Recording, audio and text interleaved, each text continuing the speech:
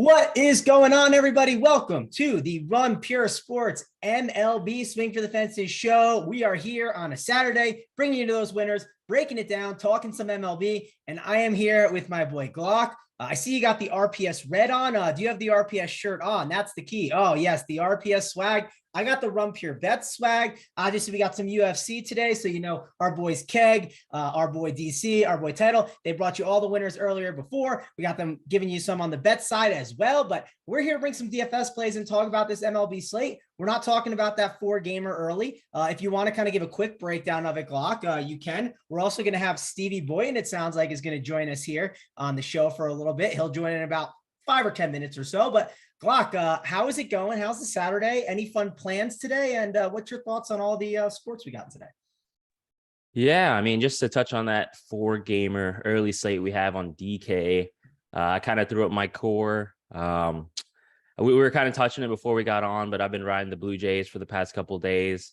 Won't change here. So that's a little hint to my core for all of you non-members. But yeah, I mean, pitching is kind of meh on this early slate, and it's kind of meh on the main slate that we're about to cover. So excited to break it down with you. And yeah, in regards to the sports that we have early or later in today, I'm kind of glad we actually don't have an MMA card that like locks now or, like 30 minutes ago. It's going to lock later in the day. And, it's actually an event in Dallas, which is, close to me, obviously. But when you look at the card, obviously it's not as strong, if I'm being honest. And I was kind of like, do I want to deal with the traffic and blah, blah, blah to make it to this event? I was like, not really. So I'll enjoy, the fights from home as always. And then, obviously, pick it up from the DFS side and sweat it out that way. So yeah, I know you love MMA, and, every Saturday we're going to talk about this topic until there isn't an event, but, usually there's always fights on Saturdays. So yeah, I'm excited. Yeah, sadly, there's MMA events. I will be at a Kenny Chesney concert tonight, Glock. So I'm going out to a nice country concert. Should be a good time. And then tomorrow I'm pulling a Steve Boyd and I'm going to a baseball game. I'm going to Rockies Dodgers. It will not be on the main slate, so I'm sure I'll play that later slate. And then of course you got to stack it up because that's what you do when you go to DFS games.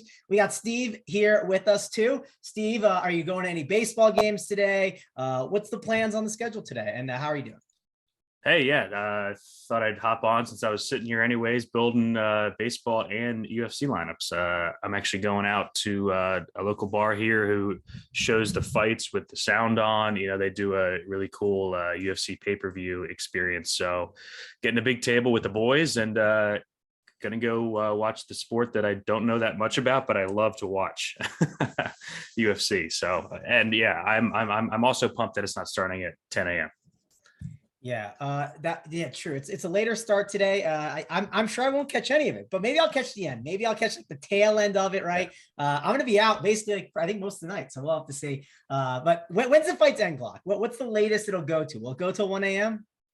It really depends how long the fights run, but I mean, usually it's done by then for sure. Probably 11 or 12, somewhere around there. I mean, the card starts at 5 Central, so yeah, 1 a.m. is kind of cutting it late, I think, but it could happen. There's definitely been events where it's ended that late for sure. We'll have to see. Maybe after the concert, I'll find a bar and go watch like the Nunez fight and see if she can get her title back. But, we'll save all the UFC talk for title and everyone else. I'm sure he'll be in the UFC chat talking to you guys. I'm sure Big T will get all his stuff up. Steve, before we kind of dive into this main slate, do you have any early slate thoughts? I'm getting my DK core up here soon. I'm trying to make a decision. It's like we got to decide basically Yankees or, I was going to say Raptors. It's not the Raptors. It is the Blue Jays. So what are we doing here with this early slate? Yeah, a couple months early on the Raptors. Yeah, I think it's an interesting call. I played Yankees on my main team last night. They were shockingly low owned. Outside of Judge, they were all pretty much under 10%. I think they come in clearly the highest owned here. On this slate, I have a ton of interest in Toronto. Drew Hutchison has just been really, really bad. Man, he just throws batting practice up there. It's encouraging that Toronto got both of their guys back who were kind of nursing injuries earlier in the week in Bo Bichette and George Springer are both back in the lineup. I do like the lineup that they put out. They got my guy Lourdes Gurriel hitting third. Finally, he's hitting 400 over the last 2 months. You think they finally move him up in the lineup, and they did. So I really like Toronto. If you're going to the Yankees, Heasley has just been really, really bad against lefties. So while there's no Rizzo in there, I do like Carpenter, Benintendi, Hicks. Hicks was kind of hurtful last night, but he'll probably get overlooked here a bit. The only issue with doing the Yankees is, they basically take up all three of your outfield spots, right? Because you got Judge, Benintendi, Carpenter's outfield only now, and Hicks as well. So that's something that you have to fight if you're stacking Yankees. I have no issue with stacking Yankees. I think I'm going to go Toronto and Milwaukee. Been fading this Boston team for a couple weeks now. They're just freaking dead in the water. We were all over Woodruff on the live show last night. He came in at like 5% owned and just absolutely shoved. I think Lauer pitches well here. I bet the under on Boston's team total. So I kind of like the Milwaukee stack and Lauer here. I think Lauer might go overlooked a bit with everyone rushing to play Nestor Cortez. I think he's an interesting pivot. Cortez's matchup got a little tougher this morning.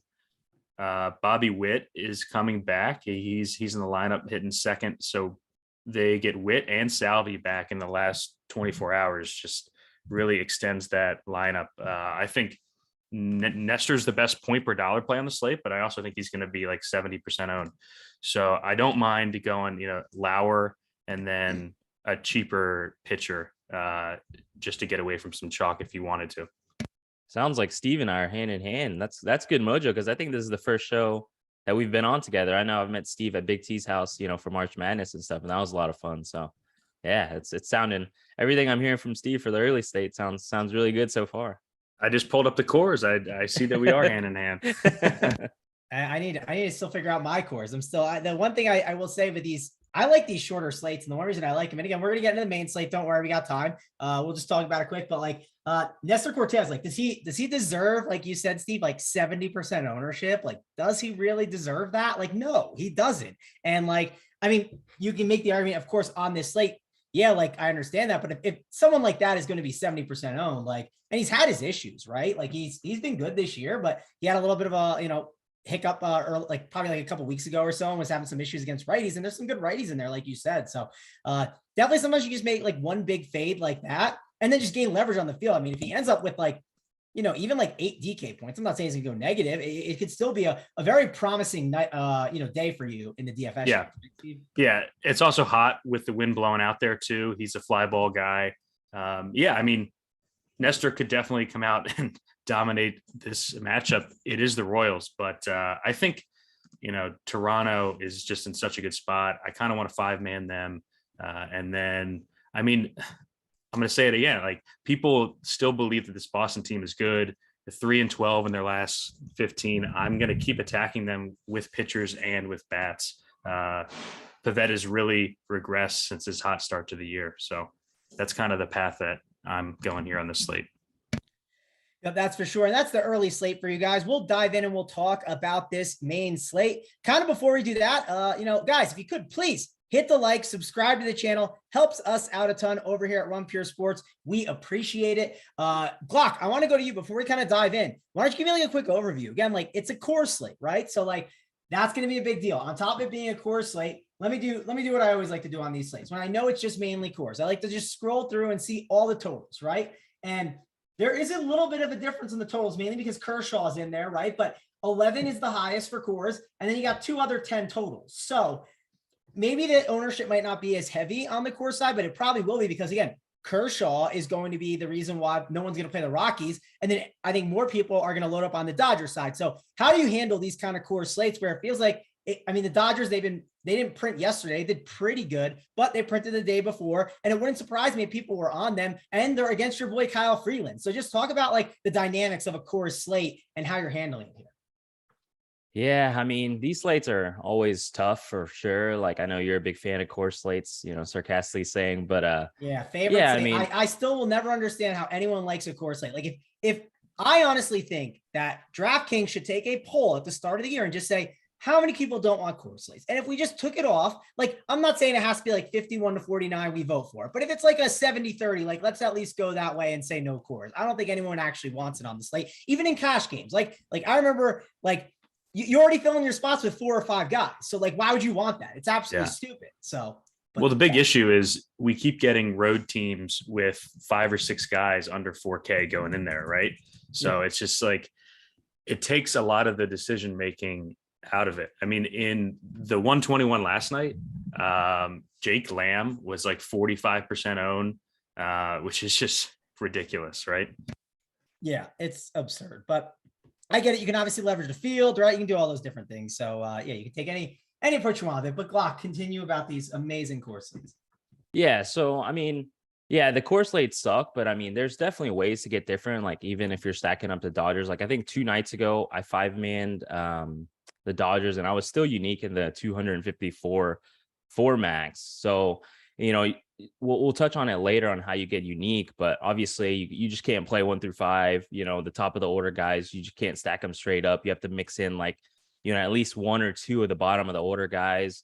Like I'll mention later is Trace Thompson. He's always at the bottom of the lineup, and it feels like he's like around 10% or lower in most contests. And so, like, he's been matching the ball, and you can always mix him in. So I'm sure today he'll be higher on, you know, following a home run performance. But, you know, you just got to focus in on how you're building your lineup and mixing in those, you know, try to get different, right? You just can't stack the top of the order guys, filter into the bottom. And then if you do, you know, decide to stack up, you know, the chalk, then try to get different at your pitcher spot, right? Like, you probably don't want to play Clayton Kershaw or the highest owned pitcher, you know, with the Dodgers stack, you know. So just ways that you want to get different. I feel like it's really easy to, if you want to. You just kind of have to make the concerted effort to do so. Yeah, and it definitely makes a lot of sense what you're saying. We're going to dive in now. We got to talk about the pitching, obviously, on this slate. So let's kind of dive in and talk about that. Again, before we dive into all that, guys, please like and subscribe to this channel. Helps us out a ton. Also, use that code RPSHeater25. Gets you 25% off your first payment. If you're looking to sign up over here at Run Pure Sports, we got all the sports that you want, all for one price. If you're basically a sports fan, this is the place for you. And listen, we're getting to that time of year, right? Football's coming around the corner. I know Steve is a huge NFL expert. He will be breaking down all the preseason takes, the best ball drafts. He'll be giving it all to you. So you guys better dive in. And obviously I'm kidding, because Steve, he's grinding baseball even in September. So we got people still grinding baseball in September while NFL's going on. We got the NFL guys on it. And then we just roll into October, and then NBA starts up. So we got everything going on for you over here at Run Pure, even the playoff baseball too, where we had a lot of success. So get in now while you can. But let's dive in and talk about this pitching on this main slate. Obviously, if it's a Coors slate and you want to pay for some Dodgers, well, when you want to pay for Dodgers, it's hard to get up for these top end arms. And the top end arm on the slate, it looks like it's going to be Framber Valdez, Joe Musgrove. Those are obviously pretty 2 good options. But Valdez, he's going up against Seattle, and Seattle definitely has a little bit of an improved lineup. You got Musgrove against Minnesota. And listen, I like attacking Minnesota. Minnesota's this team that they're like a little bit of a darling team for RPS sometimes. And, like, I don't know, they always just never get it done. So I'm not going to play any Minnesota today. I'm looking to play some Musgrove and Valdez. Maybe Sonny Gray you could talk me into against San Diego. I don't think San Diego is that scary of a lineup, even though they just dropped 10, but this is not like a glamorous slate up top. It's like Valdez and Musgrove, and then you move on, and you can make the case that they're not like Garrett Cole yesterday. Like, Garrett Cole had an insane projection. You had a lot of different guys in other ranges where maybe punting the position down for some cheaper options makes some sense, which we'll get to. But Glock, talk about the top end range. Let's talk 8K and above. So from Mitch Keller to Clayton Kershaw, who do you like in this range?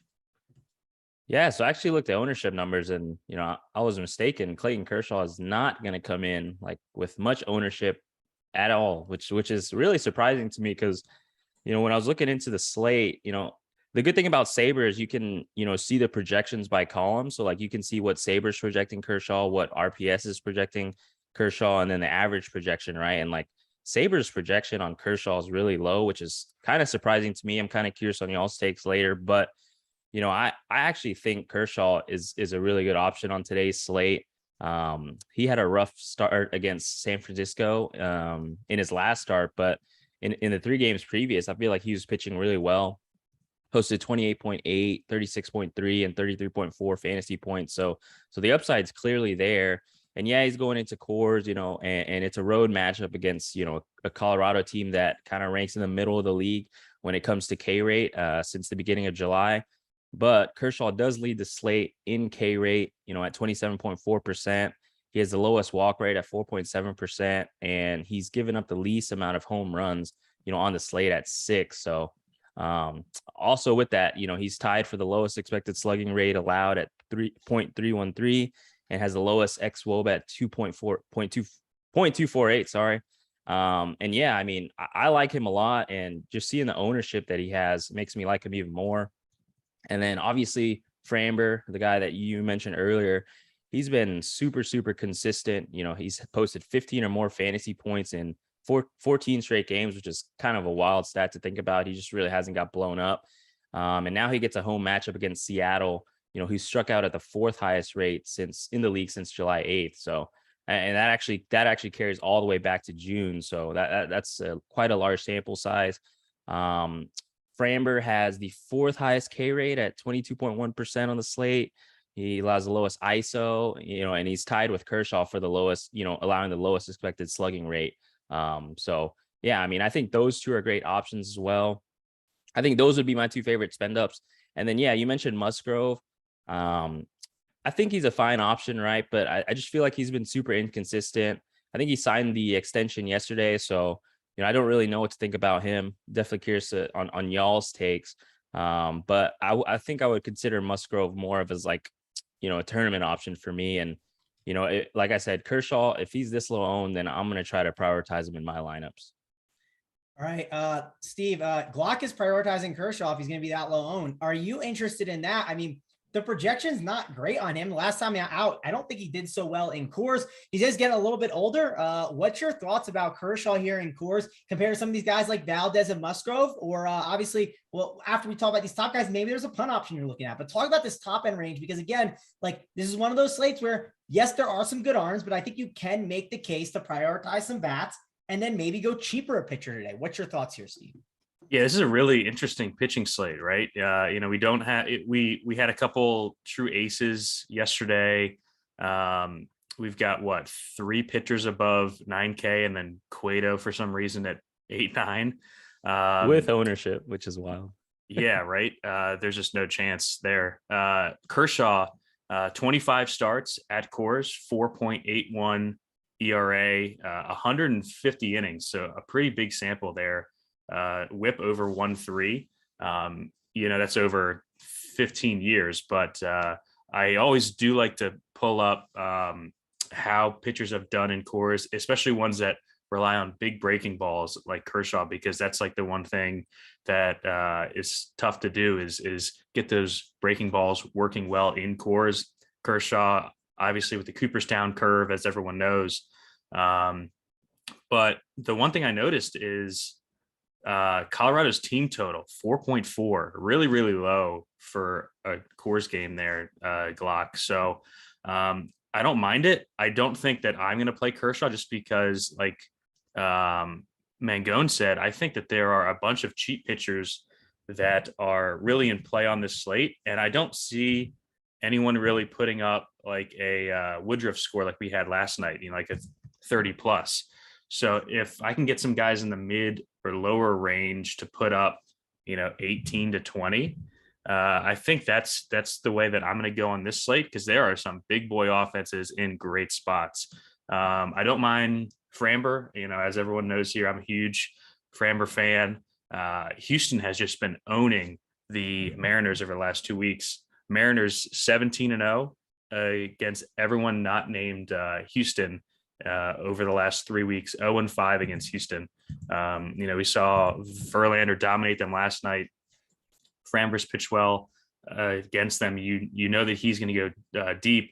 The only issue I have with him is he's almost 10K, right? And he's not a guy who's going to go out and strike out 10. And I think he's going to get some big ownership on this slate. I'm seeing north of 30% probably.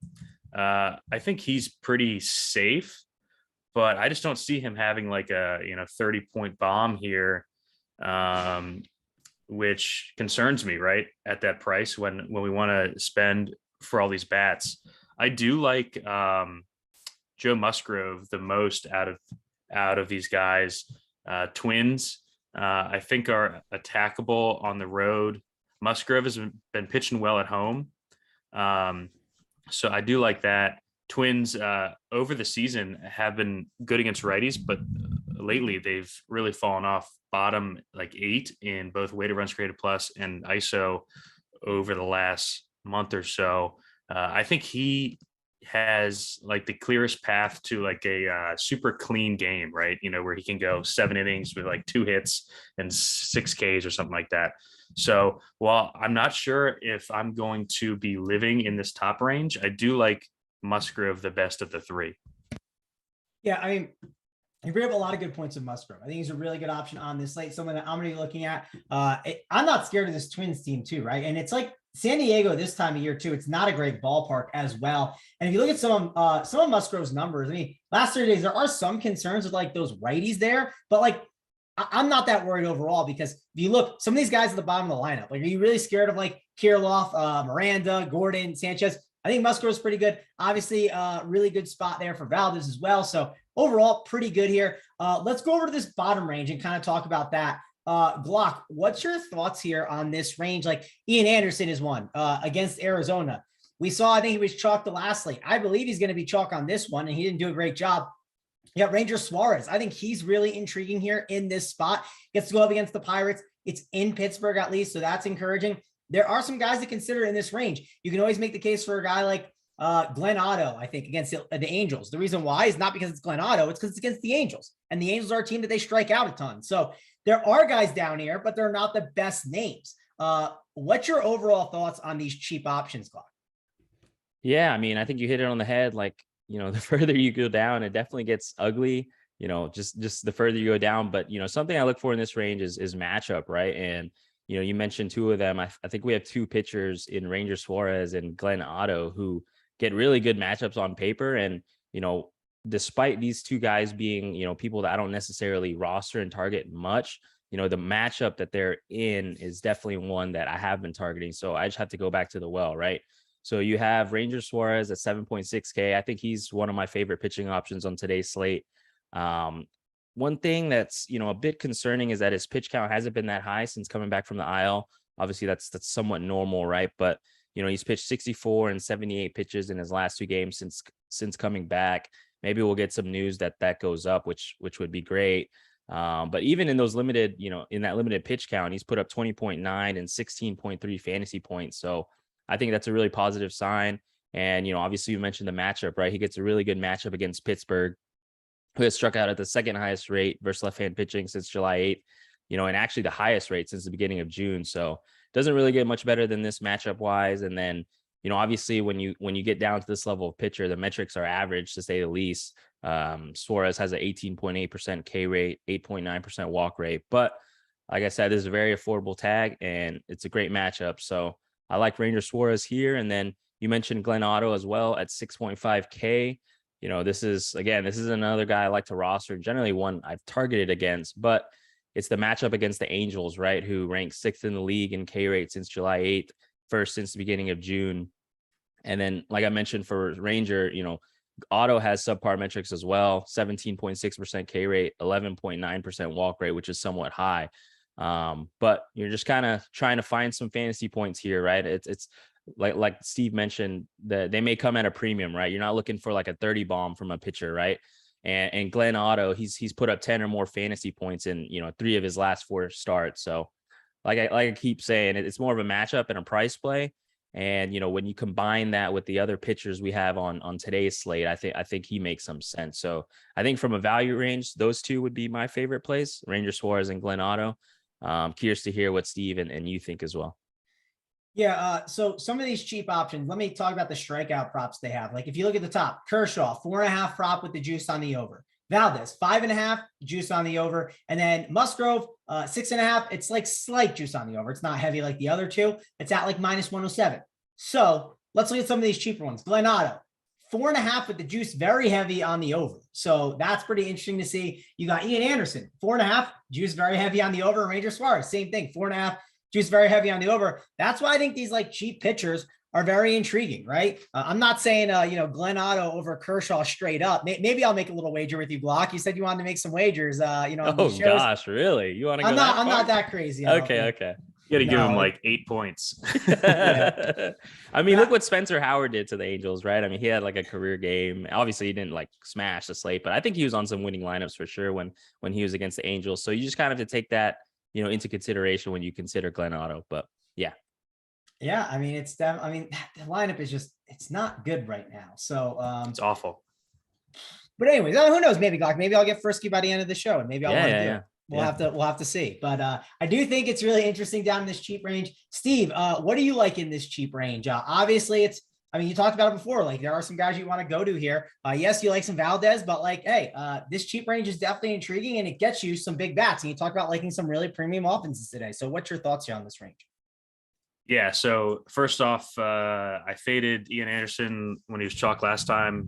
Definitely crossing him out again. Just has not been the same pitcher all season, and his numbers lately are just awful. Walk rate near 12%. I just think that there are better pitchers in this range with better matchups, right? I think I'm actually probably going to start my lineups with Ranger Suarez today. A bunch of us here at RPS played Bailey Falter last night for Philly, who is kind of a light version of Ranger Suarez. He struck out, 7 guys, put up 21 or 22 without the win. I think we could see a similar performance from Suarez, who started the year kind of slow, but like missed most of spring training with I think it was like a visa issue, showed up late, got a slow start to the year, got hurt. But he's been pretty good over the last month. And like Locke said, like this Pittsburgh team just doesn't have any good right-handed hitters. So they're basically forced to start, 4 or 5 lefties against left-handed pitching. And it's showing up in the numbers. Highest K rate on the season against left-handed pitching, second highest in the last 2 weeks, with just no pop. So I think Suarez is underpriced here pretty significantly for just how safe of a matchup it is for him. And then, this is a attack matchups with middling pitching kind of slate for me. I think that's like the theme, right? Glock mentioned Glenn Otto. I think he's a great option. Angels striking out a ton, like you said, highest strikeout rate, 29th in weighted runs created plus against righties. Yeah, Glenn Otto isn't a good pitcher, but he's 6'5", and I think he can give us 15 points on this slate where we do want to, at least I want to stack against Kyle Freeland. I want to stack against Corbin Martin. I want to stack against guys like Chris Flexen. So I like Otto. I like Chase Silseth on the other side there. Texas struggled a bit of late against righties, especially in the strikeout department. We've seen Silseth have spike K performances before. I bet the over on his K prop. I think he's fine. Sometimes you just have to embrace the greasy slates and just play these guys, right? So those are my 3 favorites. I think, God, I wish Sonny Gray was like 1,000 cheaper, because I do like his matchup a bit, but the price is tough. No one played him in that last start. He was like 10% owned. That really shocked me. So I don't mind him if you're playing multiple teams. And then who was I going to mention? I think Smiley is kind of in that same boat too. Like a guy that we're not rushing to put our money on, but it's a matchup in a good park. San Fran is pretty good against lefties, but not elite. I think I just want to, I play 20 teams. I'm definitely not going all in on a Glenn Otto or a Chase Silseth or something. I think Suarez is for sure my top guy. And then these other greasy dudes, I'm just kind of like spread out within my 20 lineups, I think, and just hope that most of them put up, 15 to 18. Yeah, I mean, I don't think that's a bad approach to go with. And then obviously, like, you can spread out, you got to condense more a little bit with your bats, right? You can't just be like, oh, let me play every pitcher and then play every bat. And then like then you're bleeding money. So definitely you have to make some stands at the, with your bats. And you could also do the approach just like, let's say you decide to fade like the entire top end range. Well, like, you're just like really different right away, right? Like if you faded Valdez, you faded Musgrove on all your teams. I mean, you're just naturally different in that way. And it could be a completely different construction than people are building. So I'm assuming Valdez and Musgrove, you're going to see a lot of those kind of lineups with at least one of them, mainly because you can do a Valdez or a Musgrove and pair it with a second one. Like a lot of guys, what they're going to do is when they build out their teams, they're going to say, okay, let me try and put Valdez in. Maybe they'll be tinkering stuff around. They'll put Suarez. And then they'll realize, oh, I have enough money to get up to a Musgrove. And they'll just like keep upgrading their pitcher. So not saying that you don't have to upgrade your pitcher, maybe upgrade your bats, and then you keep that cheaper pitcher and leave like $700 on the table. So there's definitely ways that you can be different on this slate. And pitching is definitely very interesting. Obviously, we'll have that playbook up. The core plays will be up later on as well. So if you want, go sign up at Run Pure Sports right now. Use that code RPS Heater 25 to get yourself 25% off. Also, while you go over the bats, guys, please hit that like, subscribe to the channel, helps us out a ton. We got 2 shows coming up tomorrow. Those shows are an MLB Swing for the Fences show like this. It'll be at 11 a.m. Eastern. And then we got a NASCAR show at 1 o'clock. So be sure to check that out tomorrow. But let's dive in and talk about the bats. And we're going to go game by game for these next group of games. First one up we got here is I think it's Seattle and the Astros. Yeah, Seattle and the Astros. We'll go with that one first. Obviously, we got Valdez and Flexen on the mound. And yes, this game is in Houston, so I think this brings the Houston bats more in play. Typically, when we're in Seattle, I don't know, not a lot of us really play a lot of these bats. What do you guys think of the Astros? Because they went off last night, and Chris Flexen, he's a pitcher sometimes I think in DFS we've played, and then sometimes we picked on. You can make the argument that on this slate, Steve said, oh, there's a lot of bats that are a premium today. I don't think he was thinking the Astros bats are a premium, which means you're going to get those bats at 5%. Like, these guys are just not going to be owned. So, Steve, let's go to you first. I know you love to talk about Kyle Tucker and all these Astros. So what are you doing here with this team on this slate? Yeah, I actually do want Houston here. We saw them kind of break out last night at really low ownership. They've hit Flexen really well in the past, and especially when he's not in Seattle. I think they go overlooked again tonight. Kyle Tucker's been struggling over the last month or so, but had a double off the wall last night. His price is down under 5K, so love that. Alex Bregman, we only really play him at home. His price is down to 4.4. I mean, that is very, very playable here. I think Jake Myers will be back in the lineup tonight after a night off yesterday. He's 2-2, so a good guy to include in those 5-mans to be able to afford the Jordans, the Tuckers, the Peñas, the Altuves. Flexen really struggles against right-handed bats, and Houston has a bunch of power righties to go along with Alvarez and Tucker, who can hit anyone. So I just kind of like how that entire team sets up in this spot. And like I mentioned earlier, I mean, Houston is just waxing Seattle over the last couple of weeks. I talked about how I'm been fading Boston earlier on the early slate. I think I'm just going to keep attacking these spots that just keep happening, right? So I'm very in on Houston. I think more in on them because of the context of the slate and the fact that I want to use these top end offenses as much as I can. All right, Steve is definitely gonna be prioritizing the bats today. Glock, are you prioritizing these bats and these Astros ones? Like, they're definitely interesting. They're in play. What's your thoughts here on Houston in this? It's not a bad park for hitting in Houston with Flexen on the mound. Yeah, I mean, I like them for sure. Doesn't look like they're going to come with much ownership, which makes them a lot better for sure. Like Steve mentioned, Flexen is kind of decent enough where, he does feel like he minimizes the damage. And, I'm kind of the one that, just likes to target really good offenses against really bad pitchers. And I don't consider Flexen a really bad pitcher, but, he can obviously get blown up. And yeah, these prices are dropping, right? Like Steve mentioned, Bregman's 4.4. I know he hasn't been hitting that great, but I know Steve in the chat always posts like his home and away splits, and they're definitely better at home. And, Andrew Martinez in the chat says Bregman's only 2.8K on FanDuel, which is pretty wild. So yeah, you definitely get some discounts there. Obviously can't go wrong with Yordan Alvarez, right? As even a one-off if you're not considering, Houston as a stack. I saw AP got him at like little to no ownership last night. And I'm sure it'll be the same tonight. So I like Houston, a bit here as a contrarian stack with a little less ownership than, obviously like a Dodgers stack, which we'll touch on later.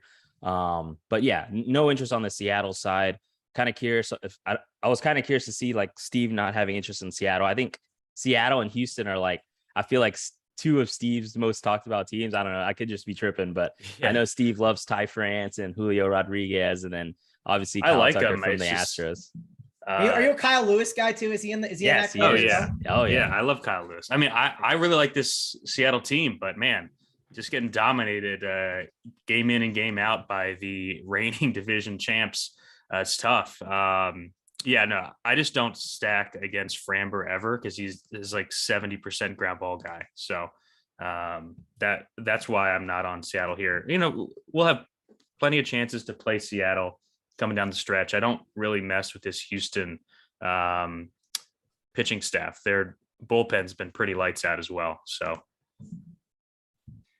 All right, well, let's move on over to the next game. Obviously, Astros, they're going to be low on. It's very interesting. It's a pretty big slate, so excited to kind of see how that all plays out. But we got to go over to this next game. It's a 7.5 total. It's the Phillies and the Pirates, and we got Mitch Keller on the mound. And Pittsburgh is not typically a park that we like to go to. The thing that I don't mind about the Phillies, and I'm not saying I'm going to like load up on them. This feels like more of a play for guys that play like 150 lineups or a lot more. And they like to spread it out a little bit. I think the Phillies are interesting as like a secondary stack. The reason why I think they're interesting as the secondary is because like that top of the lineup, like Schwarber, Hoskins, I guess Real Muto because catcher's not great, Hall and like Castellanos. Sure, you could play that 5-man and like it's definitely not bad. Like there's upside, but the reason I kind of like the 3-man is there's like a lot of 2 home run potential between like guys like Castellanos, Schwarber, and Hoskins. And sometimes those guys just can break a slate, right? Even Hall, he can have a big game. So I think like as a 3-man stack, especially in this park, I'm not expecting the game to blow up, but I think it's a really interesting play. Let's go over to you, Glock. I'm not looking to load up on the Phillies. I'm just going to keep them in my pool as I build out my teams. And if they fit as a 3-man stack, I'll say, okay, like that's fine. And if I like a team in combination, I can find with it, I'll roll with it. But that's kind of my overall thoughts on this game, just because the price tags too on these guys. Like Castellanos is 3.6, Hall is 3.5, and then you can fit in like a Schwarber at 5.4. That's a lot of power and pop for a pretty good price tag as a secondary stack. What's your overall take on this Pirates and Phillies game? Yeah, so I think I'm on the same page as you where I'm not really going to prioritize them as a stack, but like, let's say I go into Saber and, I'm really prioritizing like, just for example, I'm going to say like a 5-man Dodger stack, right? So I'm going to put in, at least five players from the Dodgers, and then I'm going to see what kind of minis it gives me just organically, right? I'm not going to, make any changes. Obviously, I'm going to do my projections and whatnot, but I'm going to see what types of minis it's forcing in, and maybe it does force in some Philly minis. And if that's the case, I'd be interested. But, I think this is just another matchup where, it features 2 just good enough pitchers, in Ranger Suarez and Mitch Keller, to where I don't really want to pick on either side offensively. Obviously Steve said Ranger Suarez is his top pitching option, so no interest in the Pittsburgh side for myself either. And then, I just think there's other spots on this slate where I think you can load up, big bats, like Steve said. We got Atlanta, St. Louis, Dodgers, Houston on the slate, which, I think are better spots offensively to stack up. So I'm probably going to skip this and, just curious on what Steve thinks about this spot, because I think he may be on the same page. I could be surprised though. We'll see. All right, Steve, what's your thoughts on this spot? You going to surprise Glock, or are you, arm in arm with him on this one? Oh, on mute. Sorry, I was scrambling trying to get that early CSV in. I didn't realize that it locked at 12:10. Did you get the early CSV in? That's the question. I did, but so we're on the Phillies game, right? Sorry. Yeah. Phillies so Keller's been better of late. He's kind of a guy that I like to use in certain spots, and he's figured something out lately. Last 30 days, he has the third best expected ERA on the slate behind Clayton Kershaw and Ranger Suarez. His big thing is when he loses the zone, but only a 3% walk rate over the last month. Pretty interesting there. I'm not sure if I'm going to use him because the price is up to 8K, but I think that his recent form is enough for me to be off these Phillies bats. Just a guy that I would rather play than stack against. And Philly in this park, not really something that I'm super interested in. The bats are kind of cold outside of Schwarber, and he's 5,500. I think just with the style of the slate, like I mentioned earlier, I am going to be spending out of pitching. So I want to make sure that I do get that the 5-man offenses I use are ones that can break the slate. And I just don't think Philly is that here. Yeah, I mean, Philly is definitely a team that I don't think the 5-man is going to be the move against Keller, but I think there's some homer potential. Like, don't X Schwarber from your lineups. There's definitely guys that have some power and pop. But let's go over to the next game because this is definitely a good one. I'm curious to see what Steve's going to do with it. Steve, let's go right back to you and talk about the Cardinals and the Nationals. And you got some good price tags on these guys. For the projected lineup, right? We got Tyler O'Neill, 4.2K. Carlson, he's 4-1. And we get down to the bottom line. We got the Newt Bar, Lars. He got a home run yesterday. So you got him at 2K. He was my play of the day yesterday. Love to see that bomb. Oh, nice. There we go. That was awesome. I had a bunch of the Cardinals minis. So I had Gorman as well, 3.2. He was pretty good. So definitely do think that this is a pretty good spot for some of these Cardinals against Fetty. Steve, let's go over to you. Are you playing Lars again? And what's your overall thoughts on the Cardinals? Yeah, so we talked about the Cardinals a lot on yesterday's slate. I kind of have the same thoughts here. Great spot. This is a team that I don't play very often. I played them as a mini on my main team last night. I played like the Gorman, Newt Bar, Tommy Edman mini last night. And I kind of like the whole lineup again here. For some reason, so Edman hit 9th last night. I actually kind of like that because he came in really low owned. I think if he hits leadoff here, being eligible at second and short, that he gets more ownership. I kind of like him there at the bottom. He got a hit, got a swipe for us. Was like 4% owned, I think. But yeah, I mean, this I do like this Cardinals lineup against righties more than we did early in the year. I mean, the emergence of Edman, them calling up Donovan and Gorman, who have both hit righties really well. I mean, it's showing the stats. Our handedness chart on the site, which is a tool that I use. It's a full season and then last 2 weeks breakdown of K rate, weighted runs created plus, and ISO for the splits. Shows that St. Louis 6th in weighted runs created plus, 4th in team ISO over the last 2 weeks against right-handed pitching. And I'm going to keep riding that against Fetty, who struggles against lefties. It's going to be hot in Washington and one of the worst bullpens in baseball behind him. So yeah, I'm going right back to the Cardinals here. It feels weird because I just never play the Cardinals, but a weekend in Washington might fix that. And I mean, I think they're probably the top, if not the second top suitor for Soto. So might be playing more Cardinals down the stretch if they come out of this weekend with a new 3-hole hitter for the next 12 years. You think they're whispering in his ear, while they're playing Hey Soto? Well, so their team president, their GM, and basically their entire front office made the trip to DC this weekend. I do know that. So that's pretty interesting. Interesting. Well, we'll have to see how it works out here for these Cardinals. Locke, let's go over to you. Are you getting some exposure to the Cardinals on this slate? They were good to me yesterday. I think I'm going to go back and get some exposure. I mean, again, I like them a lot as like that little mini stack, just because some of the price tags and the power and pop that they have to help make things work. They can work as a 5-man as well. I don't think it's bad either, but I think they're in play for both options. It's a good ballpark in Washington as well. It's going to be about like 85 degrees. Wind will be blowing out a little bit. So what are you doing here on this in this spot here, Locke? Yeah, definitely love the Cards here a lot for sure. If you read my premium articles, I always stack against the Nationals. So that'll be out later today, but yeah, I always stack against the Nationals and definitely always against Eric Fede, aka Fetty Wap. Fetty has given up the most home runs on the slate at 13. He has the fourth lowest K rate at 17.1%. third highest walk rate, 11.5%, and allows the fifth highest exit velocity at 89 miles per hour. So yeah, I think you can load up on the cards here, like Steve mentioned. And yeah, I mean, based on the lineup, we don't have it yet, but it could have some cheapies in the lineup, right? Like Lars Nootbaar yesterday hit a home run at min price, would be min priced again. Kinzer, at their catcher, if he's in there. Corey Dickerson is min price if he's in there. Nolan Gorman's only 3.2K. So you have a lot of like cheap guys. Tommy Edman, as Steve mentioned, at 4K only, either not in the 9-hole or leading off. You have a bunch of cheap guys that you can mix in as a mini or a main 5-man stack.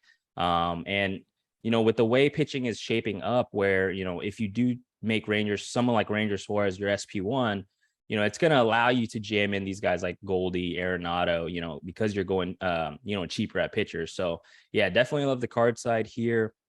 And I actually think this is like a potential, mini game stack spot where, you have Dakota Hudson coming off the IL, who's been very up and down. So, national mini stacks, I think, are very interesting. But I prefer the card side if I had to pick one for sure. All right, Cardinal side it is for Glock. Sounds like you all like and have some interest in them. If you guys could please like and subscribe to this video, it helps us out a ton over here at Run Pure Sports. Also, we have all the stuff up for you guys. If you need the playbook, we'll have that for you guys today. We got UFC content. We got NASCAR. We got the stuff on the bet side. So we have whatever you guys want, whatever you need. If you're a sports fan, you like doing betting or DFS, we have it all for you here. Use that code RPSHeater25, get you 25% off your first payment. But let's move on over to the next game. We'll talk about it. And we got the Padres and the Twins. And this is a little bit of an earlier start time, right? It's 7:15, but that's obviously on the West Coast. So it's not the night game. And that's going to be intriguing because, hey, maybe the bats fly a little bit more. The problem is it's Sonny Gray and Joe Musgrove on the mound. So, Glock, let's go right back to you. Gray and Musgrove are two guys I don't think we want to pick on. It's a 7.5 total. But the Padres, they went off against Joe Ryan last night. Typically, that's a pretty good game for the Padres, especially against Ryan. You didn't expect them to put up 10 runs. Do you think they could do the same against Sonny Gray, or are you interested in maybe Gray or Musgrove? Yeah, I don't really like this spot particularly. I kind of sound like a broken record, but just feels like a spot where it features two pitchers that, I don't really want to pick on, right? In Sonny Gray and Joe Musgrove. Musgrove has been pretty up and down this year, but, Steve likes him as, one of his top setup options. So I'll probably stay away, right? And, it does feel like the Twins have been pretty disappointing all year. I don't have like a recent memory on where they've won someone a slate. So I'll pass on that side. And the same goes for the Padres, against Sonny Gray. I think he is kind of an interesting option in that like mid-tier range as a pitching option, but just maybe a little too expensive to where you don't want to roster him. But, on the opposite side, just good enough to where you don't want to stack, against him. So this game's a pass for me. All right. It's a pass for Glock. Is it a pass for you, Steve? Seems like 7.5 totals. I typically say Holden always asks me. He's like, oh, any interest in this? I'm like, so Holden, there's a 7.5 total. Let's move on to the next one. What's your thoughts here on this one, Steve? Yeah, same here. And I think Adam Hamari is going to be behind the plate for this one. He's one of the most extreme pitcher umps in baseball. So that just solidifies it a little more for Musgrove as SP1 for me if paying up. And man, I might mix in some Sonny Gray. I know that price isn't great, but we're playing tournaments here and it's not a great pitching slate. I could see him putting up 20 points here in this spot with that ump. All right. So definitely thinks it's pretty interesting. Pitcher's ump is a good little advantage. So, hey, maybe the full game stack. I never mind those. Sometimes that's good. And like when the ump is just giving you a better zone, it's always nice to see. So let's move on over to the next game. And man, let's talk about that hot Oakland A's team. And when we talk Oakland A's and it's a 4:00 game, we got to ask Steve, does this justify as a daytime A's game? I mean, it starts at 4:15 on the West Coast. They're going up against Johnny Cueto, who somehow is a magician and gets the job done. And then you got Paul Blackburn. And I don't really think that this is a spot where I would want to play some White Sox, and not really a spot I'm dying to play some A's, but they have been crushing the ball. What's your thoughts here on this game, Steve? Yeah, so it would qualify as a daytime A's spot if this game was in Oakland, but it's here in Chicago. I was blind. Actually my apologies, Steve. I thought it was in Oakland. That is wrong. So my bad. I was actually debating on going to the game before I saw there was a pay-per-view tonight. But yeah, I mean, probably no Oakland for me just because Cueto's one of those, like you said, those Houdinis who just seems to grind out, 5 2/3 with 2 earned runs.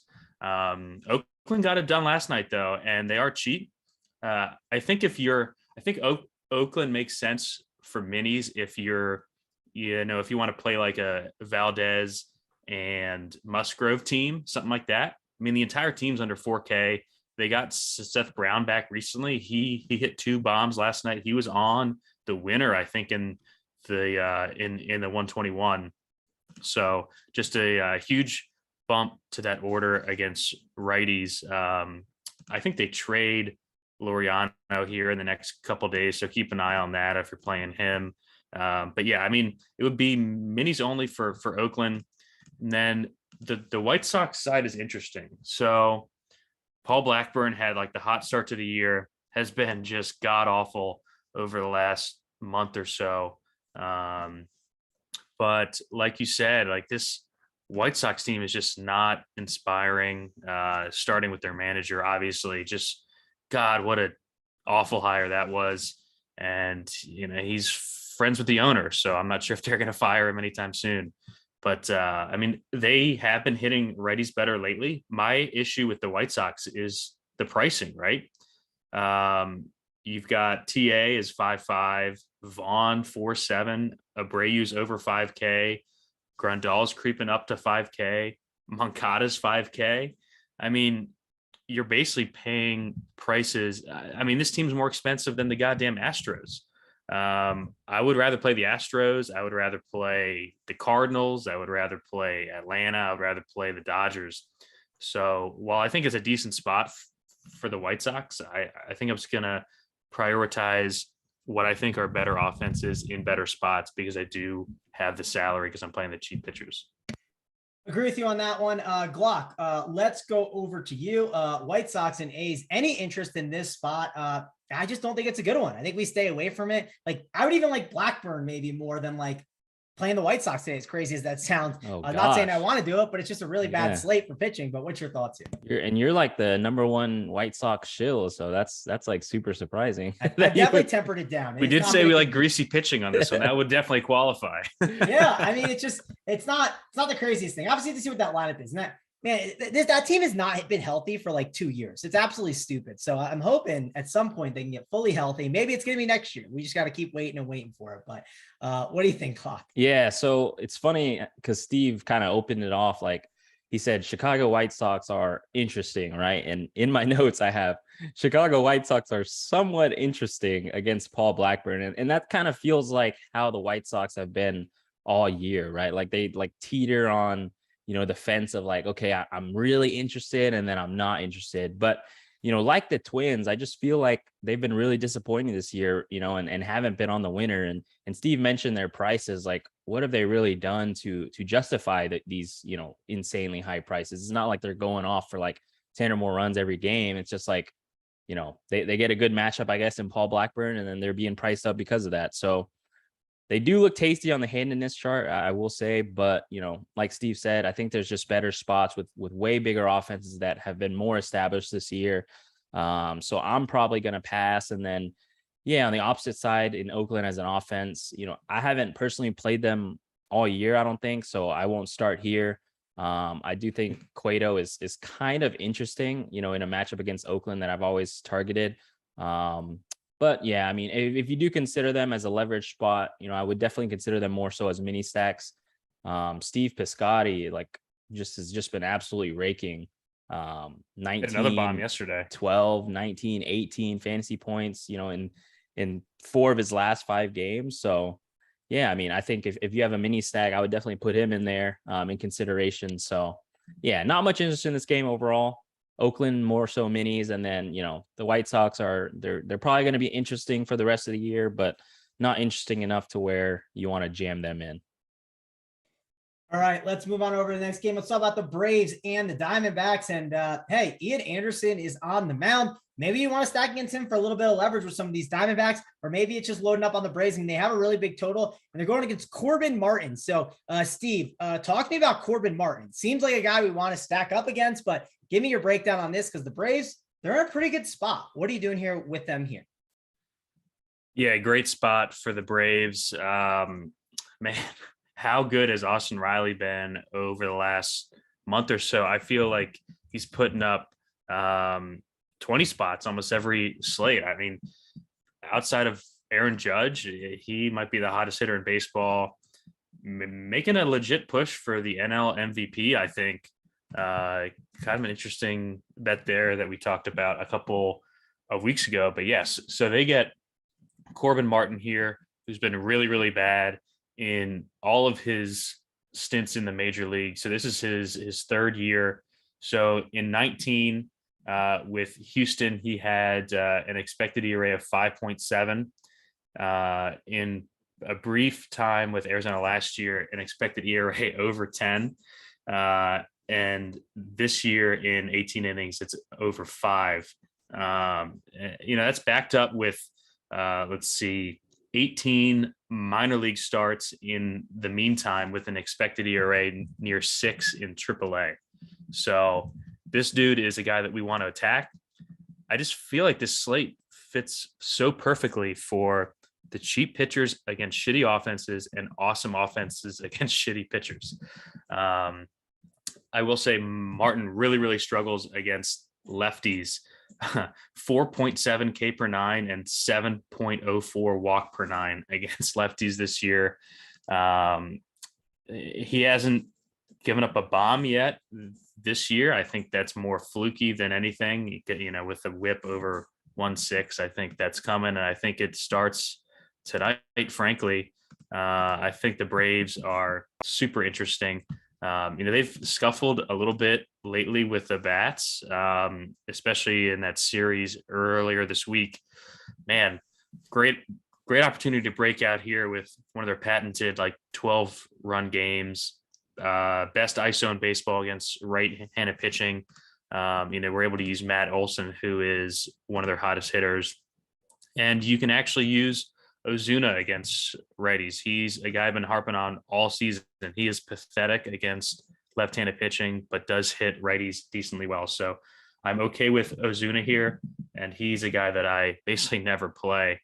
What is interesting is Michael Harris finally passed Acuna in pricing. That's nuts. I know.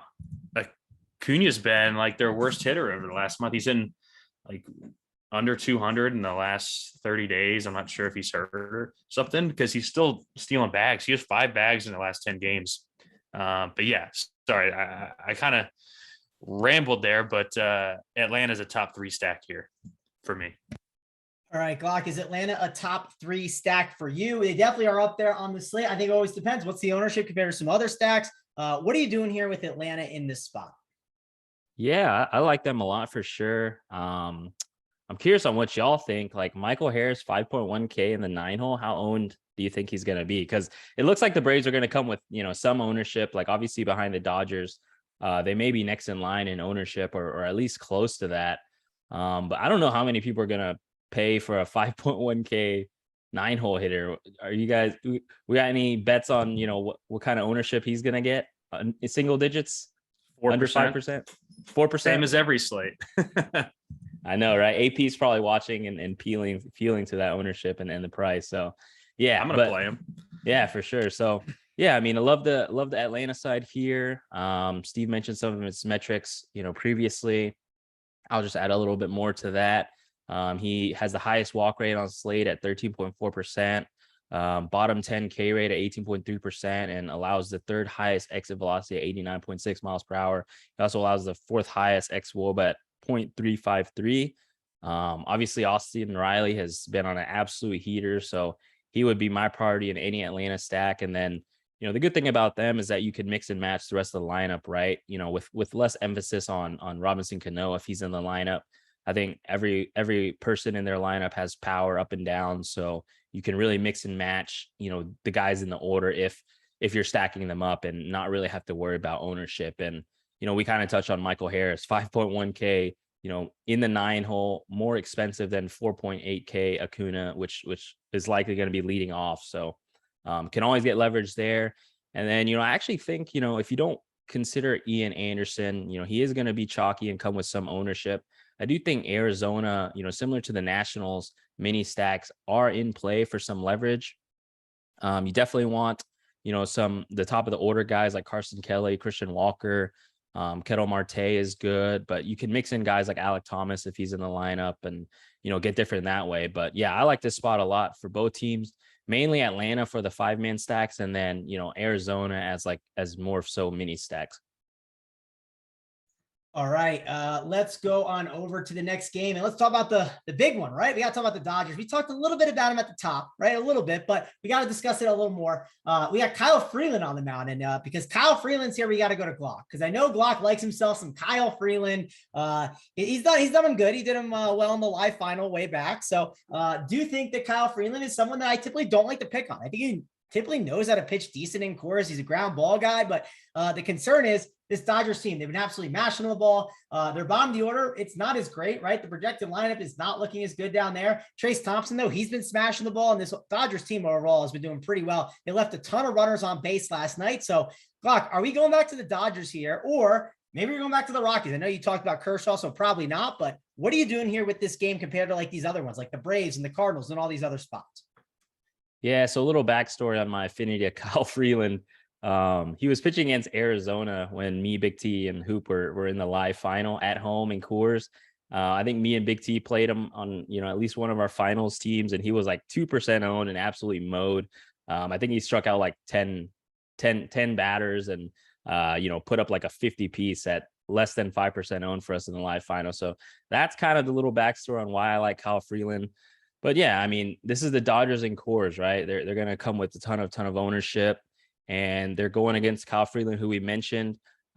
He did just smash in his last start. He posted 30.8 fantasy points. But in the previous 2 games, he's posted minus 0.4 fantasy points, 2.9 fantasy points. So the range of outcomes is very, very wide for Freeland. Just because I do have an affinity for him somewhat, I generally tend not to pick against him. And especially seeing as this is the chalkiest spot on the slate, I kind of do lean fade, but, you always have to make a case for them, right? Because they are the Dodgers and it is in Coors. And, as we mentioned at the top of the show, if you do stack them up, definitely just don't go through like 1 through 5 top of the order. Mix in some of these bottom of the order guys, like a Trace Thompson if he's in the lineup, right? He's been hitting it really, really well. And, he's been under like 10, 15% every night. So I like him a lot if he's in the lineup. I would kind of consider him, similar to like a Michael Harris. Obviously, he's not as good, but, in terms of ownership, bottom of the lineup, it kind of reflects the same for me. And then, something I would consider in Saber, if you do like, say you just want to jam in the Dodgers, like, if you do make a batch of lineups where you are 5-manning the Dodgers, maybe consider making a rule where it's like, I want at least 2 of, the bottom of the order guys, like a Trace Thompson, Henzer Alberto, if he's in the lineup, Cody Bellinger, Jake Lamb. Those guys will obviously, like Lamb and Bellinger probably will come with a lot of ownership, but still, like when you make rules like that in your optimizer, it's going to tend to make your lineups more different just because you're restricting the optimizer in that way. So that's something I would consider. And yeah, I mean, I don't think I have any interest on the Rockies side, since I think I like Kershaw a lot, especially at his ownership. I know historically he hasn't been great at Coors, but he does have like some of the best pitching metrics on the slate. And, for someone that looks at the numbers a lot, I can't ignore that. So no interest on the Colorado side. And then, yeah, I do have some interest on the Dodgers side, but definitely make sure to keep in mind that you need to get different when stacking them up for sure. All right, Steve, how are you going to get different stacking them up? Or are you just full fading the Dodgers here? Obviously, that's a tough thing to do, but there's a lot of benefit to doing because, like, if they don't do well, then some of the other teams are going to be flying up the leaderboards, and you don't need as high of a score. You won't see scores at like 280 or something insane, right? They'll be a lot lower on the night. So what are you doing here with the Dodgers and Rockies game? Yeah, I mean, we've seen it the first 2 games of the series. I've faded them both games. They crush game 1 and then they kind of flopped a bit last night. So I am playing them here. I think it's a great spot. I'm going to disagree a little bit on Freeland. He has been really bad at home. I don't love him, Steve. I don't love him. Just to be clear, like I'm not touting Freeland. I just say, well, I kind of like him, but I'm definitely not like touting him here for sure. Yeah, so his underlying stuff at home looks really bad. Whip over 1.5. The Dodgers have just been mashing lefties all season, second in weighted runs created plus, third in ISO, kind of the same over the last 2 weeks. They just have a bunch of guys who are really, really good against lefties, and it kind of matches up here well with Freeland. The one thing I'll note is that Freeland is worse against left-handed hitters. So a way that I'm going to try to get unique is I'm going to be playing a ton of Freddie Freeman and Gavin Lux, who, both are red hot right now. People shy away from the lefty a ton, especially in these, these higher priced guys, right? Like, are people going to click 6K Freddie Freeman against a lefty? Freeland has given up over 2 home runs per 9 against lefties this season. So yeah, a lot of his power comes against that same handedness. So I'm going to be prioritizing Freeman and Lux, and maybe even Bellinger, even though I almost never play him. Muncy's tough just because he's just so clearly playing hurt. He's been so bad. But yeah, I mean, I love the Dodgers here. Kind of talked about it earlier, the bottom of the lineup, cheap guys. Like, we saw Lamb at 40%. I think Alberto will probably start here. I'm probably going to X him out because I'm playing all these cheap pitchers. When I'm playing the 5-man Dodgers, I want all of the studs on the team, right?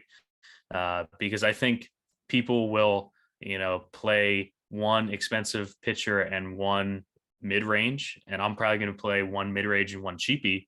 So I want, Freeman, Turner, Betts, and Will Smith, like, on my Dodgers teams. I think people will have 1 or 2, maybe 3 of those guys. I doubt there's going to be a ton of teams that have all 4 of the high price guys.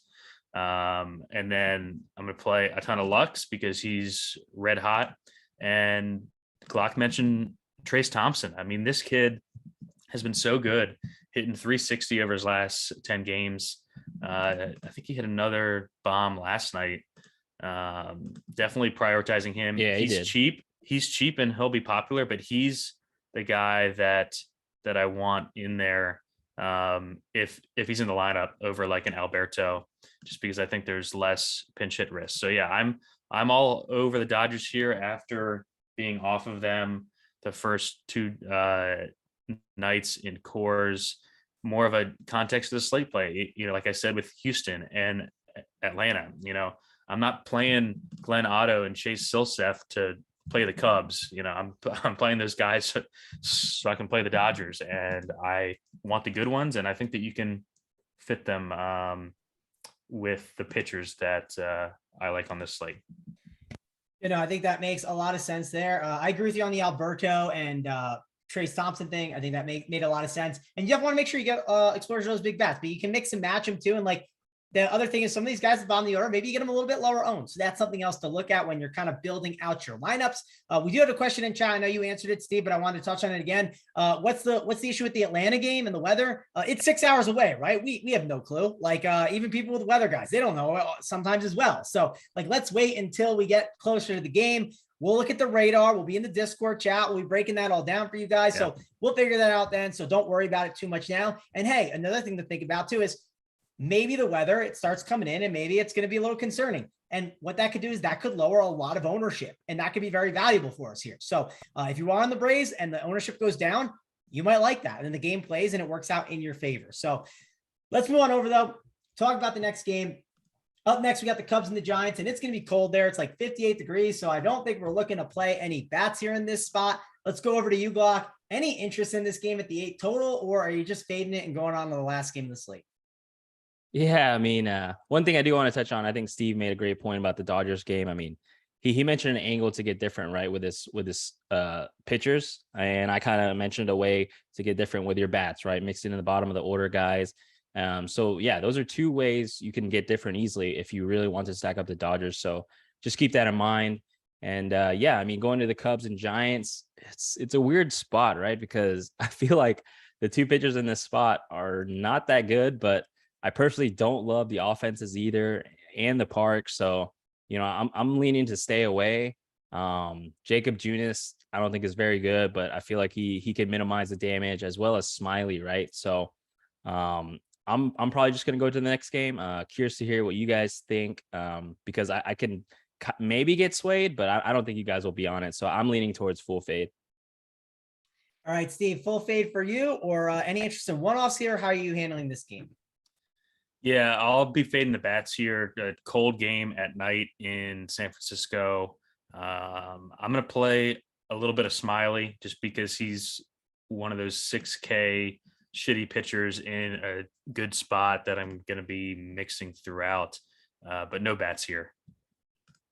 All right, let's go on to the last game, Rangers and the Angels. And I don't think anyone's playing the Angels. I mean, they've been absolutely terrible. I don't think anyone wants to play the Rangers that much. I mean, it is Silseth, so maybe they could pop off for a big game. They did okay yesterday. It just doesn't feel like the right slate. Like maybe on the night slate, it can make some sense on like a 2-gamer, but that could be popular. I don't think it's going to work on this main slate. Glock, any interest in these Rangers or Angels bats here?